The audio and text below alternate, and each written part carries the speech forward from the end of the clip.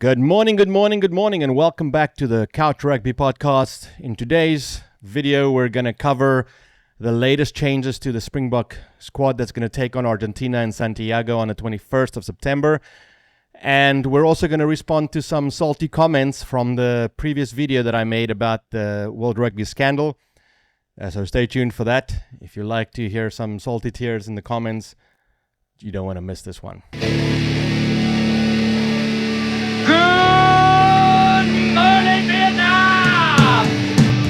Houston, we have a problem. First up, though, Morné van den Berg has been called up as an injury replacement for Grant Williams for the Springboks' penultimate Castle Lager Rugby Championship match against Argentina in Santiago on Saturday, the 21st of September.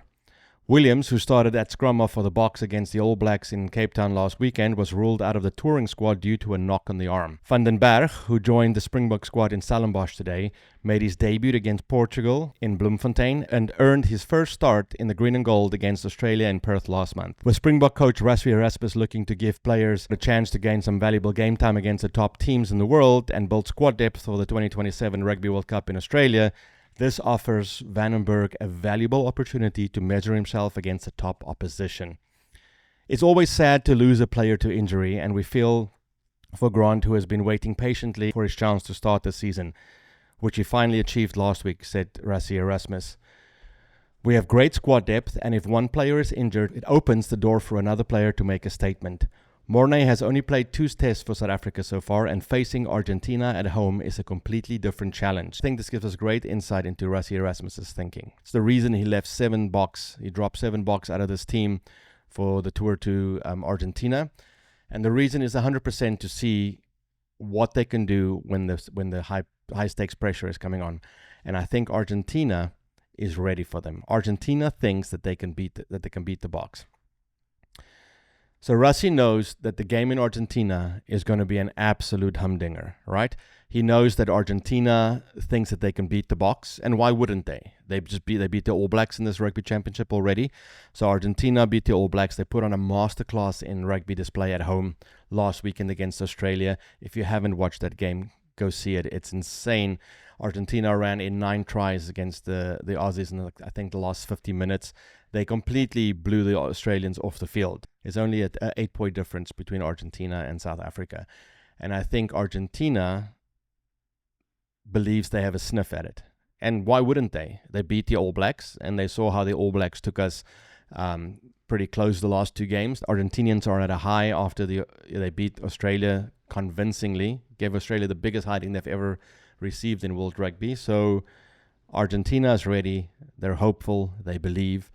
And Rassie is an absolute genius for putting these boys in that position, because it's the closest thing they're going to feel before having to run out in a World Cup match one day. Now, I did promise you guys that I was going to read some comments from some of these salty Kiwis. And let's start with the comment section for the video I made. It says, let's see, the first one up is Firm Foundation 7421. They say, LOL, ya troll. Guilty as charged. Beetle6323 says we need to do something about World Rugby's corrupt officials pronto. I wonder if it's got to do with the officials or if it's more a mandate from the top down. We know World Rugby is filled with New Zealand and English old boys. And I saw a video the other day. Let me go find this video. Saw a video the other day made by, here it is. It's by a channel called Inside Rugby with Mark. And Mark is a Kiwi, full disclosure.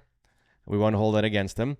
But Mark made a very valid point about rugby branding and the brand value of the Springboks.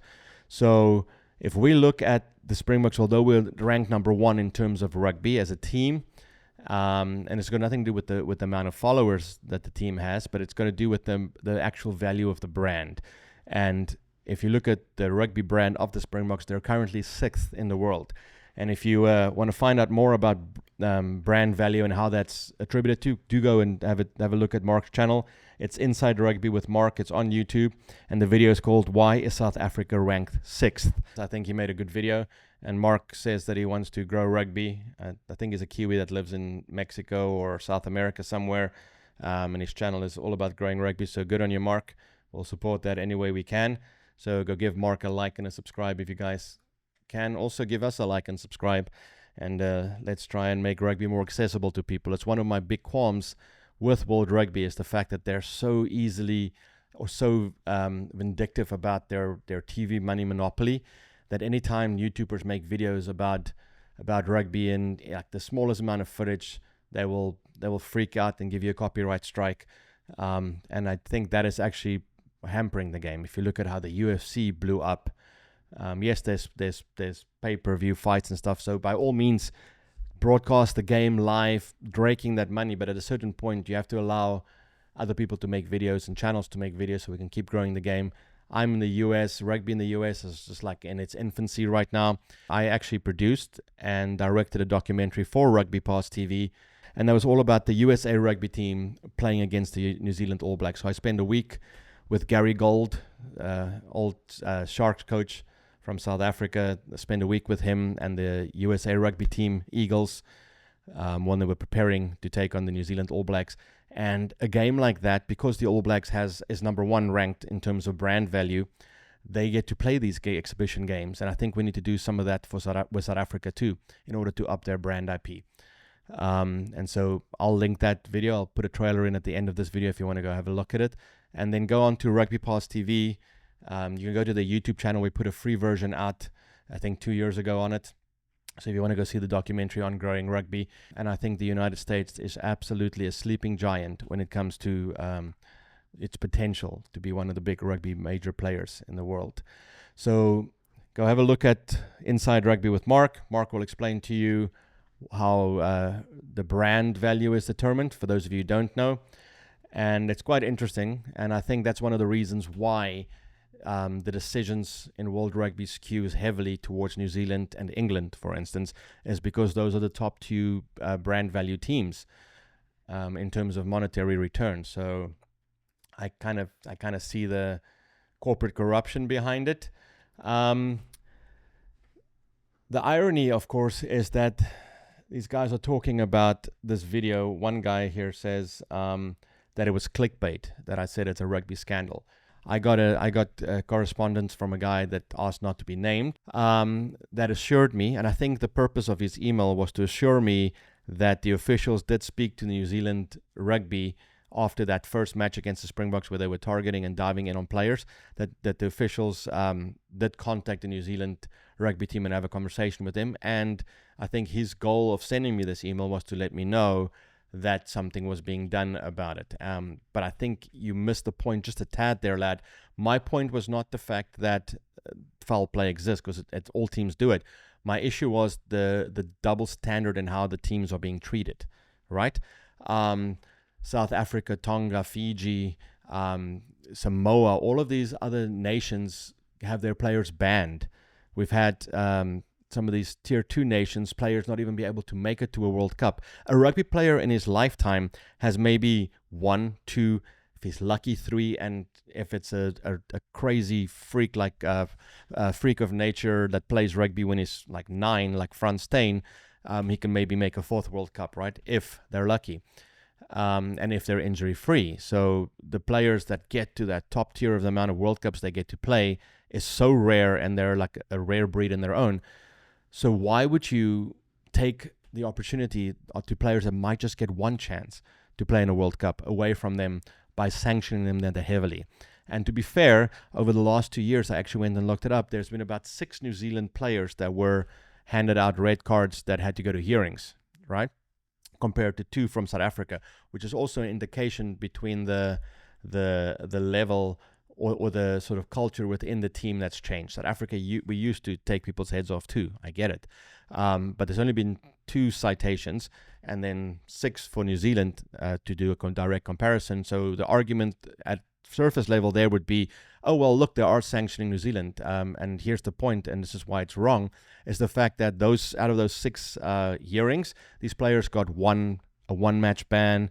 They got a 2-match ban max. Sam Cane got a 2-match ban for smashing Jesse Krill in the face in the World Cup final, right? He got 0 citation for breaking Sia's nose in the 2 Springbok games ago, whereas the 2 players that were sanctioned right? Or that had not sanctioned, that had to go to a hearing. Andre Esterhuizen received a 4-match ban for a clumsy tackle where it was a head clash. He didn't tackle the guy around his head. There was body on body contact, but there was a head clash, and therefore they got a 4-match ban, right? Which is the same argument they're making for the Sam Cane hit, saying it was body on body and just a head clash. One of our players got 4. Then you look at Jasper Wiese. I keep coming back to this. He dropped the guy. He picked him out and moved him out of the ruck and dropped him this high from this much, right? That received a 6-match ban. So you have the 2 South African players receiving a total of 10 match bans, and the 6, which is more than the 6 players of New Zealand got combined. So that's where the double standard lies for me. And also the fact, I know the guys sent the email in good faith, and the point was to let me know that something's being done. The reality is that still means that the officials, instead of sanctioning the players, are having a conversation with the management and going, hey guys, we're looking at this. This doesn't look good for you. Change it. And to be fair, between the first Springbok game in the Rugby Championship and the second Springbok game, night and day, right? Otherwise, I would have made another video about the head contact in the second game. There wasn't.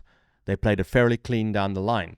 So that's the issue for me, is that second-tier nations and teams like South Africa will get their players cited, banned with heavy penalties, whereas other teams are just sort of let go. If you think back to the Owen Farrell trying to decapitate Andre Esterhuizen in the one England game, that's a great example of that. Not even a peep from that. I think Rassie back in the day, when he was still rebellious with the World Rugby, he made a video of Andre Esterhuizen tackling a tackle back, and it's like, no, you hit it here. So those are examples, and that's what we're talking about here. Let's see what this says.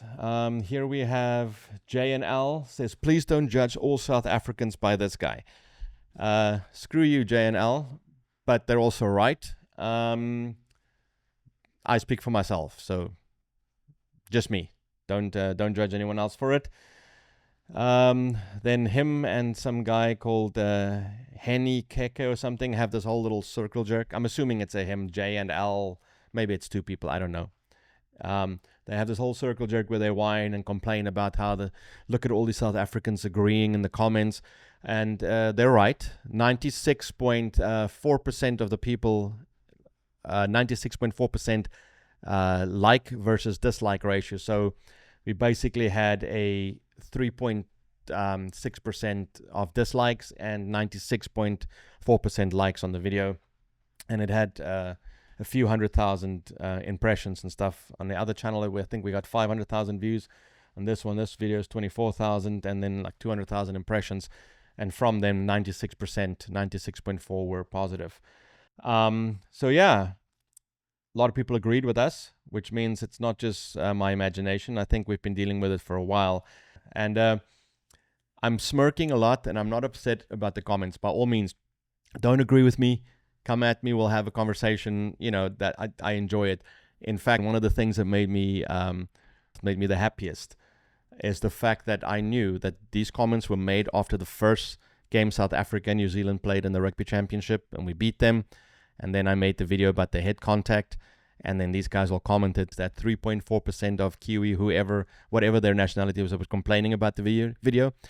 For a fact they were sitting there in the second test, excited in that first half when we were 9-3 down, just hoping for a Springbok loss so that they can come and rub it back in our faces. And then what makes me most excited is the fact that we beat them again. So that's my sort of petty gloating. I'll stop there. It's not a good look on anybody to be gloating. Let's see. Coffee King VR1FM says cutaways are overboard and dumb. Then Kaleidoscope Politics 2024 response, Coffee King needs some coffee. You sound cranky. Shame. And that's the other thing that I have to admire, is that the fact that these boys and the people in the comments standing up for me. I appreciate you standing up for each other. The point is there was a healthy discourse in the comments, and that's what we want. You don't have to agree. Do me a favor, though. I don't care if you come at me. I'm putting a video on the internet. That makes me fair game. Go nuts. But don't personally insult people in the comments amongst each other. All right? Let's keep it clean. Point your wrath this way. There's far too many rules in rugby right now. I'm 62 and it's changed so much, and now I don't understand the majority of decisions, says Henneke. This is the J and L and Henneke going around in a circle validating each other's opinions. Henneke says, yeah, go Bokke. Rugby is the only sport in the world when the administrators give the impression that the game is not good enough. And then Kaleidoscope Politics says, he literally says that in the video. He's not blaming the refs. That's right. But so what I also seem to see a trend in is that people watch 5 seconds, get upset, get their feelings hurt, and then run to the comments. How about you watch the whole video, and then you can make an informed, you can give an informed criticism. All right? Because I kind of sort of tune off when you start going, oh, don't blame the refs, when in reality the video said, I don't blame the ref on the day because he's running around, things are happening. I blame the guy in the box, right, who's in the box, and then World Rugby who had the week of citation. So if it's said in the video and you're whining about what's said in the video without making a point that's already been made, it kind of disqualifies your comment to me, and I don't take you seriously. So I just sort of scrim those. Hakeem Klaassen, 1773, geez, you're old if that's your birth year, says, get over looking for red cards and yellow cards. It's rugby, man. Yep, I agree with you, bud. And again, the point is not to look for yellow and red cards. The point is to just rule it down the middle. Don't give 2 Springbok players more test bans together, cumulative, than you would give 6 All Black players in the last 2 years. Right? I mean, the figures speak for itself. It's not my opinion. It's not how I feel. Screw my feelings. It's not about how you feel. It's about the facts. The objective truth of it is that we put the video out. You could see the headshots. That's not debatable. Nothing happened from it. Yet they'll ban 2 players for 10 games. Let's see. David McLennan. Sorry if I butchered your name there, buddy. Says, is it David McLennan? Okay, I see 3 N's, but all right. Now that's a fresh take. Well done. Thanks, mate. Let's see. Then there's a conversation about All Blacks kneeling on Springboks' heads. John Peter, 3626, says All Blacks kneeling on Springboks, not kneeling, my bad. All Blacks kneeing Springboks in their heads. In the tackle is nothing new. Caleb Clark kneed Krill and Colby in their heads during the causing them to fail HIAs in the last Rugby World Cup. Now Ioane does it to Arendse. It's a dirty tactic. I'm sort of split down the middle there because I come from, when we were coached, we were told to run with high knees. I like Caleb Clark. I don't think Caleb Clark is a dirty player. He comes from a long line of rugby stock. His family's a big rugby playing All Blacks with a proud tradition. I think he's big enough to not have to be a dirty player. I think any kneeing there could have been accidental. I'm not sure about the instances you're referring to. Maybe shoot me a video of it and then I can comment on it fairly. But we were always told run with high knees, and especially when you're in a tackle, you start powering through the tackle. So I don't think that was the issue. I think the Rico Ioane incident with Kurtley Arendse, it was actually the prop that stepped out of his line and I think nudged Arendse as he was going to make the tackle. And I think that had Arendse dropping and falling into that tackle on Rico Ioane and hitting his head on his hip or leg or something, as opposed to him being able to make the tackle cleanly. So if anything, there should have been cited the changing of the line and knocking the player obstructing. But again, that's nothing more than a penalty too, because we all do it. Well, everyone on the field will sort of step into the line of a player, some more obvious than others. So we do want clean play. I don't know if running with high knees is the issue there. But maybe, show me the video, right? Maybe I'm missing something. MJG 1950 says, spot on, mate. Thanks, MJ. I'll give that a like. Casabaya says, so repetitive. All right, buddy, but you got a mouse. You can click. You can move on to the next video. No one's forcing you. I'm not holding a gun to your head. Says, I'm not everybody's cup of tea. That's something I learned years ago. In fact, I don't think I'm most people's cup of tea, and that's all right. You got to be comfortable with yourself. Epic Sports says, it amazes me that World Rugby did not cite Kane for the Sia tackle. Yeah, that's fair, bud. And the targeting of the head on Peter Steph du Toit also did not get cited. But if the SA player did it, they would have gotten cited. Epic Sport Fix, I agree with you 100%. That was the point of the video, right? It's the hypocrisy, which is what I call a scandal, because it is a rugby scandal. They'll coach, even if you see on the field, they'll often coach certain teams out of a penalty. The ref will talk them out of a penalty. Drickus Lawrence, 1854. Drickus goes, moan, moan, moan. Now talk about the knock. Okay, there, I can't even listen. I can't even read the rest, mate. First of all, Yeah, maybe I'm moaning. That's fine, right? It's my prerogative. You can make a video moaning about me moaning. We'll all be moaning. That's what the internet's for. It's for trolling. How about the knock-on try? All right, I already made a video on that with Bongi and Benambi. Go look at it. Go watch the other video. It'll explain exactly why it wasn't a knock-on and why it was a try. That's literally on the channel. It's right after that video. It is done, so go have a look at that. And then Mary Eustace says there was no knock-on try. Are you stupid? That's her responding to Drickus, and they're going back and forth. And again, guys, let's keep it nice towards each other in the comments, right? Or don't. I mean, you're free. That's what freedom means. You can yell at whoever you want to. Go nuts if you want to. A.S. Martins goes, so disgusting. Unfortunately, unfairness will stay as part of the game. Yeah, that's the thing, right? That's what we're talking about. And then this guy got me tickled pink, and this is probably the guy that I was giggling about, the fact that the Springboks won again after this wine session that he goes on. His name's Peter. I'm not gonna put his full name out there. I don't want to dox anybody or anything like that. But he goes, so boring. Really, it is. I'm not moaning, but I'm moaning. I'm a box supporter. Don't be a victim. It's not. We won, buddy. It's no victimhood here. It's about blowing it down the middle. If anything, it's about standing up for the rights of the players, right? We're fans. We're asking these guys in a limited part of their lives to commit it to rugby, to practice practically every day, to go and like put their faces, their bodies, their health, their mental health, their brains on the line by clanging into each other for our entertainment. Okay? So if we're asking them to do this, then is it such a far stretch just to want them to be treated fairly? All of them, no matter where you come from. Right? I don't care what team you're playing for. Same thing with the All Blacks. Right? Blow it down the line. We love the All Blacks. The All Blacks are our greatest foe, and it's a loved and trusted tradition to play the All Blacks. Okay? We love that, and that's why the competition, and we give each other some stick. That's the good part of it. The fact of the matter is this. It's not about moaning about my team winning or not winning. It's about the fact that we're asking these professional players who have a limited time, right, to put themselves on the line, and if they get it wrong, then if you're going to punish that one player for getting it wrong, you must need to punish the other player for getting it wrong too, okay? We don't mind mistakes, but the fact of the matter is the rules need to stay consistent. The players, let them sort it out on the field. The best team's going to win. Or rather, the team who wants it most is going to win. And we learned that in the World Cup, a couple of World Cups ago, when South Africa lost to Japan. South African Springboks lost to Japan because that Japanese team wanted it more on the day. Fact. Okay? On paper, in the betting odds, everything would have been Springboks winning. The facts were that the Japanese team won it the most, and that's what we love about rugby.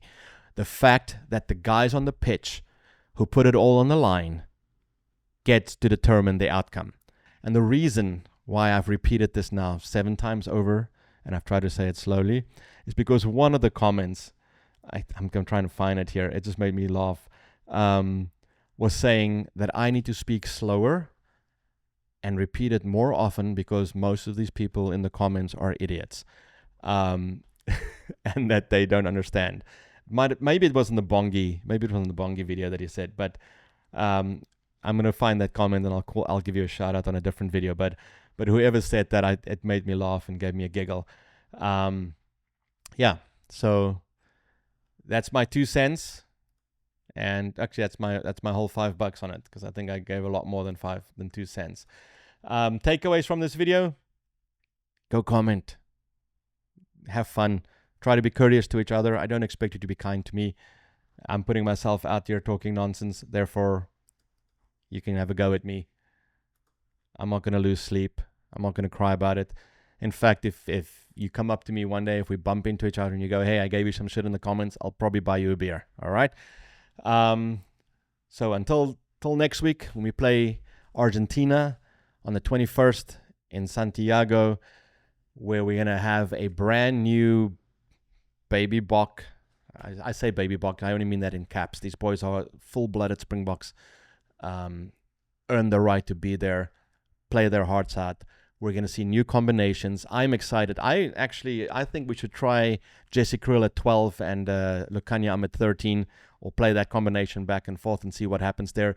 I am actually I am sad for Grant Williams. He's one of my favorites. I said years ago, and I keep telling everybody who wants to listen, the first time I saw him play for the Sharks, I was like, this guy's going to be a great Springbok.